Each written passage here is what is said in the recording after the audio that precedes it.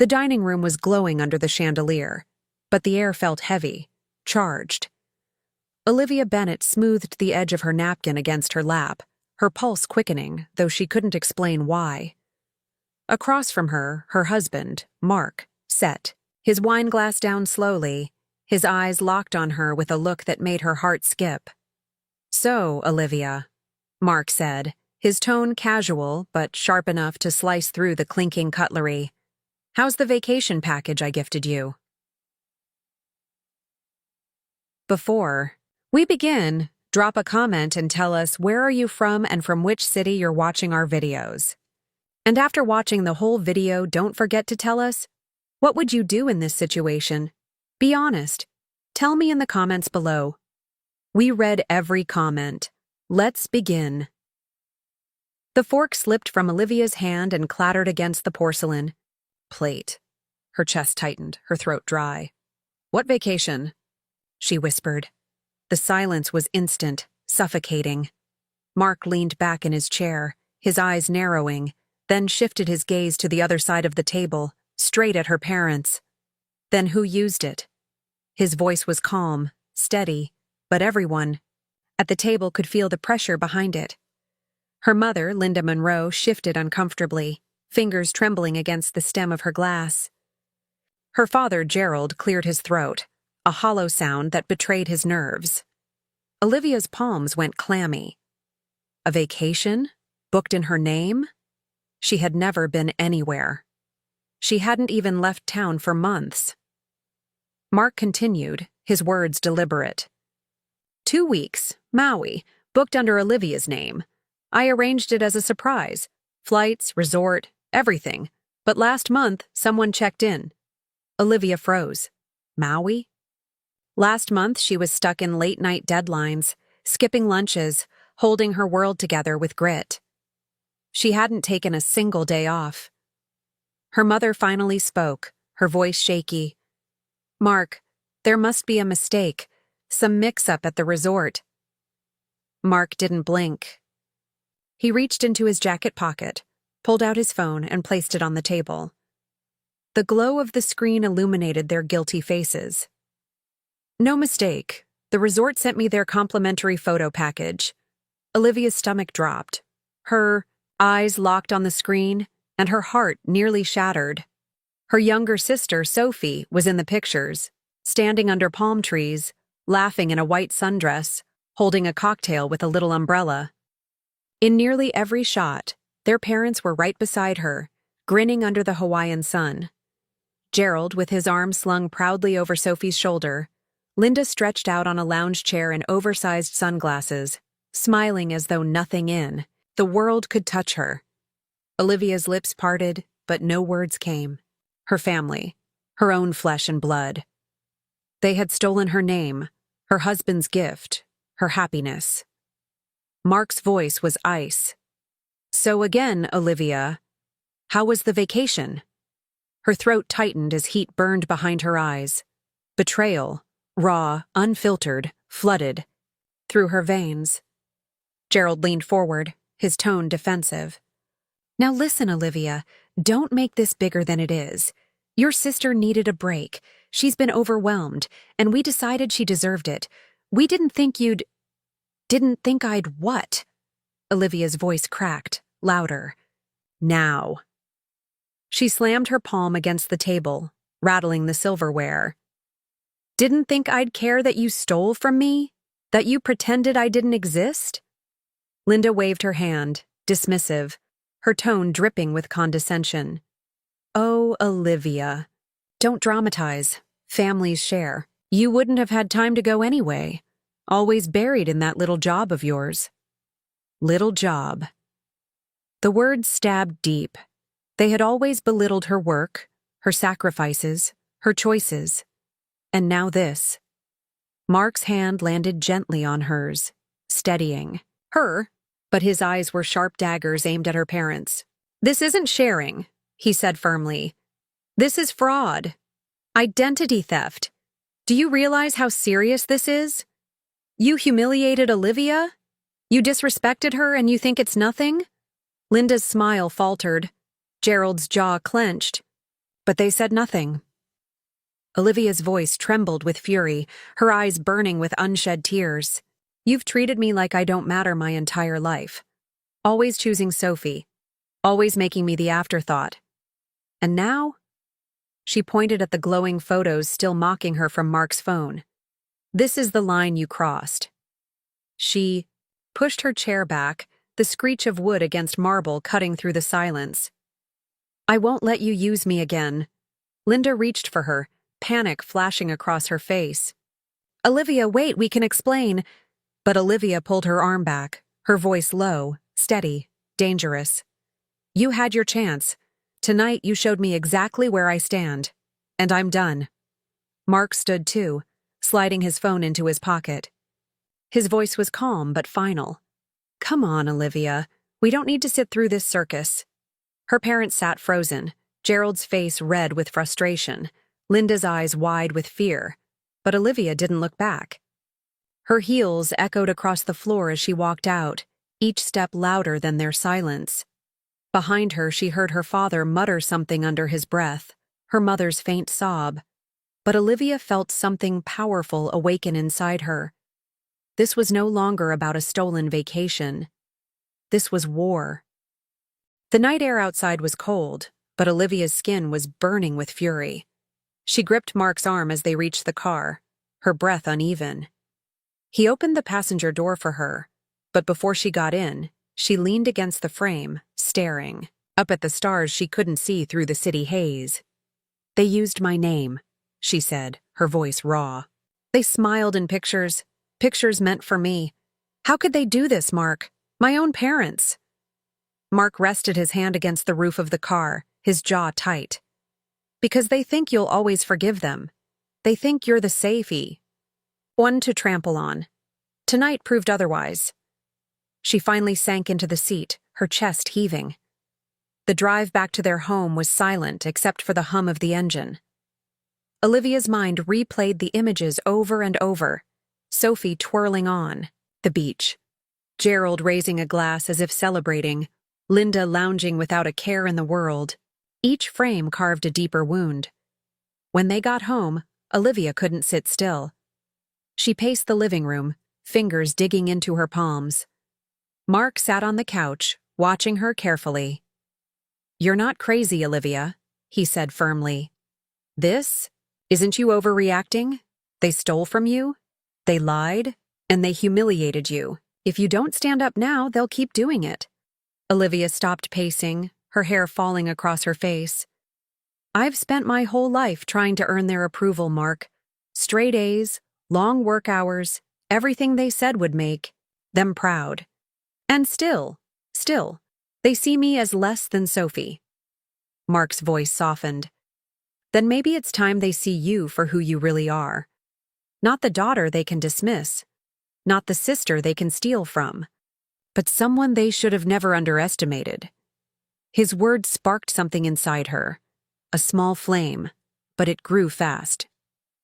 The next morning, Olivia sat at the kitchen table with her laptop open, determination replacing the haze of last night's pain. She began pulling up bank statements, property records, even old loan documents her father once carelessly left on her desk when she was in college. She remembered the way Gerald bragged about handling money better than anyone. But Olivia knew his weakness. His pride always made him careless. Mark walked in, coffee in hand. You're already up, he noted. Olivia didn't look up from the screen. They think I'm weak. They think I won't fight back. But I know them better than they think, and I'm done staying quiet. What are you planning? He asked, though there was no judgment in his voice, only curiosity. She finally looked at him, her eyes sharp. I'm going to take away the one thing they value more than Sophie. Their reputation. And I won't even have to lie to do it. That evening, Olivia showed up at her parents' house unannounced. Linda opened the door, startled, her pearls still dangling from last night. Olivia, you shouldn't have left like that. We can talk this through. Olivia walked past her without asking, her heels echoing on the hardwood. Gerald was in the living room, reading the paper, his glasses sliding down his nose. He looked up, scowling. "You've got nerve barging in after that scene you caused." She tossed a folder onto the coffee table. The papers inside spilled out. Copies of financial records, emails Gerald had written to business partners, small but damning notes showing how often he borrowed money from Olivia's college fund. To cover his risks. Linda gasped. "Where did you get these?" Olivia's voice was steady. "I've always kept receipts, Mom. Every time you brushed me off, every time you thought I was too naive to notice, I kept the truth." Gerald's face went pale. "You wouldn't dare," Olivia cut him off, her voice sharp enough to sting. "You dared first when you stole what was mine. Now you get to understand how it feels." Sophie walked into the room, her hair in a towel, still smelling of expensive shampoo. She froze when she saw Olivia standing tall, the folder open. "What's going on?" she asked, her tone guilty before anyone said a word. Olivia turned her gaze to her sister. "You looked happy in Maui. Hope the cocktails were worth it. Because from now on, Sophie, I'm done protecting you." Sophie's face flushed, her mouth opening and closing like she couldn't form a defense. Olivia leaned down, staring straight at her parents. "You've made me invisible for too long. But let me be clear. If you ever use me again, if you ever try to erase me to prop Sophie, these papers won't stay in this folder. They'll be in every inbox that matters to you." Gerald's hand shook as he crumpled the newspaper. Linda's eyes darted nervously, but neither spoke. For the first time in years, Olivia felt taller, stronger, unshakable.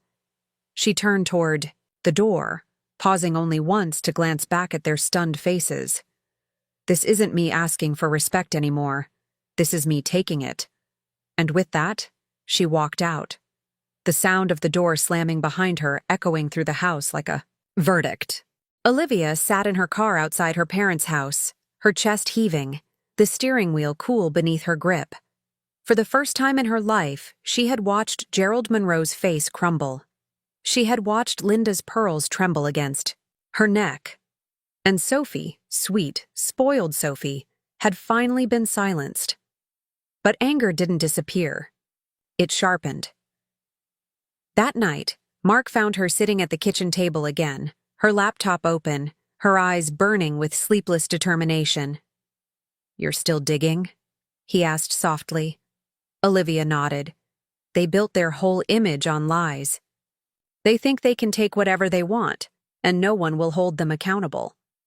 But I'm not going to let them brush this off like some harmless mistake. I'm going to make them feel what I felt. Mark leaned on the counter, his gaze steady. "You don't need to burn everything down to prove a point." Olivia looked up at him, her voice cutting but controlled. "This isn't about a point, Mark. This is about showing them I'm not disposable. They don't get to erase me anymore." Mark didn't argue. He only walked over, set his hand gently on her shoulder, and said, "Then do it right. Don't give them a way to play victim. Make sure the truth speaks louder than they ever could." That was exactly what she intended. The next day, Olivia printed out a thick packet, proof of every borrowed dollar, every business deal Gerald had hidden, every bank transfer with Sophie's name in the notes.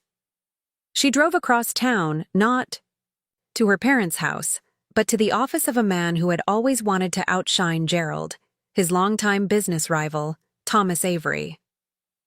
The receptionist eyed her curiously when she slid the packet across the desk. "Tell Mr. Avery it's about Gerald Monroe. He'll want to see this." 2 hours later, her phone buzzed with a message from an unknown number. "Impressive work. You've handed me exactly what I needed. Expect things to get messy. Olivia." Exhaled, her hands trembling as she locked the screen. She didn't feel guilty. They had stolen her identity, her happiness. Now, they would watch their own identities unravel. By the weekend, rumors were already spreading. Gerald's name had surfaced in whispers around his company. Associates were questioning missing funds. Sophie's name was floating in hushed conversations about favoritism and money laundering. Olivia didn't have to do much. Just wait. Sunday afternoon, Linda called her. Olivia let it ring twice before she answered, her tone flat. What do you want, Mom? Linda's voice cracked, nothing like the confident tone she used at dinner. Olivia, we need to talk. Things are getting out of hand. Your father's reputation. People are asking questions. Olivia didn't flinch. That's not my problem. Don't say that, Linda pleaded. You don't understand what this could do to our family. Olivia laughed bitterly. Family? When have you ever treated me like family? You only cared about Sophie. You only cared about yourselves. Olivia, please, Linda begged. You're our daughter. We never meant— You meant it, Olivia snapped. You meant it when you stole what was mine. You meant it when you let Sophie pose in my name. You meant it when you dismissed me as nothing. So now you get to live with the consequences. She hung up before Linda could reply. That evening, Sophie showed up at Olivia's door. Her hair was disheveled, her face blotchy from crying. Mark opened the door, frowning, but Olivia stepped forward. What do you want? Olivia asked coldly. Sophie's eyes were swollen. I'm sorry, she whispered. I didn't think it would blow up like this. I wanted a break. I didn't know Dad used your name. I didn't know Mark would find out. Olivia crossed her arms. You didn't know, or you didn't care? Sophie's lips trembled. You've always been the strong one. I thought you'd forgive me. But now Dad's career is on the line. Mom's falling apart. Olivia, please stop this. Don't destroy them. Olivia's eyes filled with tears, but her voice was steel. They destroyed me first. Every time they told me I wasn't enough. Every time they erased me to make you the golden child. This isn't just about a vacation, Sophie. This is about a lifetime of being invisible. Sophie shook her head desperately. But you're not invisible. You've got Mark. You've got a life. Isn't that enough? Olivia stepped closer, her voice low and cutting. No, Sophie. Enough is when I can look in the mirror and know I stood up for myself. Enough is when I finally stopped letting all of you steal from me. Sophie's tears spilled, but Olivia didn't move to comfort her. For once, she wasn't the sister patching wounds. She was the one drawing lines. When Sophie left, Mark rapped, his arms around Olivia from behind, his voice steady against her ear. You did what you had to do. Olivia closed her eyes, exhaling a shuddering breath. I know. But it's not over yet. They've only just begun to understand what it feels like to lose control. Her words hung in the air like a promise, and Olivia Bennett wasn't done keeping promises. By Monday morning, the Monroe's polished image was crumbling like glass under a hammer. Gerald's business associates were calling emergency meetings. Rumors of mismanaged funds and shady transfers spread fast in a town that thrived on reputation. For once, Gerald couldn't laugh them off. Olivia sat at her office desk, her phone buzzing nonstop with messages from unknown numbers, reporters sniffing around, people asking for comments. She ignored them all. She didn't need to explain. The truth had already started speaking for itself. That evening, Mark walked into the kitchen where Olivia sat with her laptop. He studied her, admiration mixed with concern. Word is, Gerald's stepping down as head of his firm, he said quietly. Olivia's chest rose and fell. She didn't smile, but she didn't flinch either. He built that empire on lies. It was only a matter of time before it collapsed. Mark leaned on the counter. Are you satisfied? Her throat tightened. Not yet.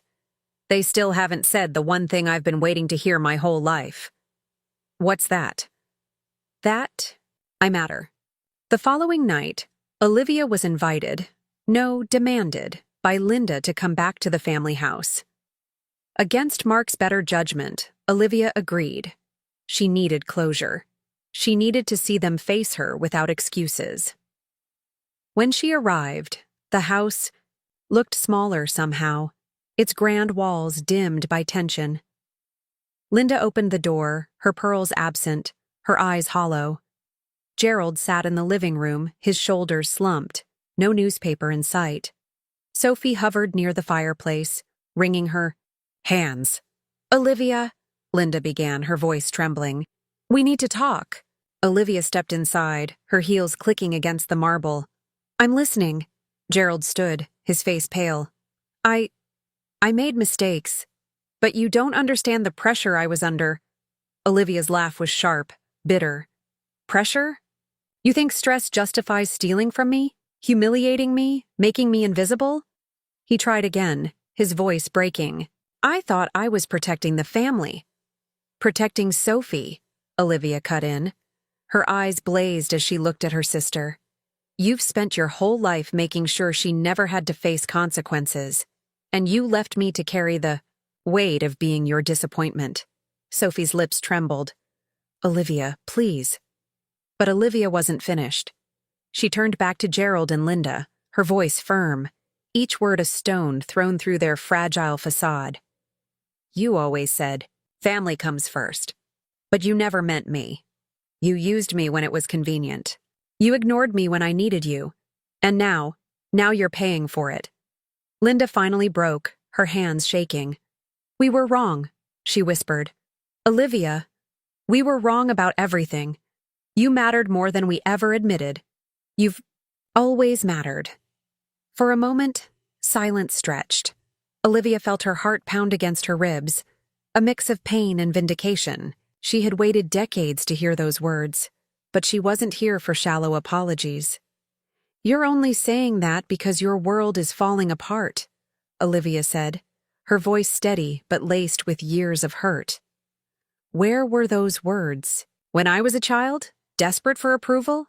Where were they when Sophie took everything and you told me to smile through it?" Tears filled Linda's eyes. Gerald sat back down, defeated, his pride stripped bare. Sophie sobbed quietly into her hands.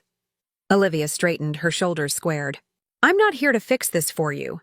I'm not here to play the loyal daughter or the forgiving sister. I came to tell you that from this day forward, I'm done. You don't get to use me again. You don't get to define me again." Linda reached out desperately. "Olivia, please. We can make this right." Olivia shook her head. "No, you don't get to rewrite history. You don't get to erase what you did. I'm walking away, not as your scapegoat, not as your second choice, but as the woman you underestimated. And you'll have to live with that." She turned and walked toward the door, her heels sharp against the floor, her heart pounding with finality. Sophie's voice cracked behind her. "Olivia, don't go." But Olivia didn't stop. She opened the door, the cool night air washing over her, a symbol of freedom she had never felt before. Mark was waiting by the car, his eyes searching hers. "Well?"